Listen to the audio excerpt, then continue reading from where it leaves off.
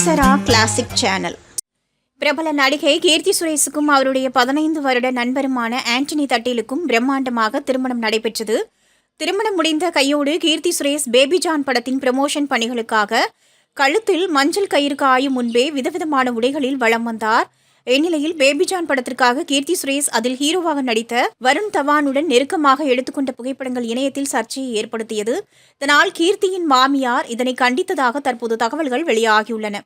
அதாவது பிரபல நடிகையாக காணப்படும் கீர்த்தி சுரேஷ் தமிழில் முன்னணி நடிகர்கள் பலருடன் நடித்து பல வெற்றி படங்களை கொடுத்திருந்தார். இதைத் தொடர்ந்து தற்போது பேபி ஜான் படத்தின் மூலம் பாலிவுட்டிலும் அறிமுகமானார். பேபி ஜான் திரைப்படம் கடந்த கிறிஸ்துமஸ் தினத்தை முன்னிட்டு 25ஆம் தேதி வெளியானது. இந்த படத்தின் ப்ரமோஷன் பணிக்காக கிளாமர் உடையில் வருண் தவானுடன் விதவிதமான போட்டோஷூட்டுகளை எடுத்திருந்தார்.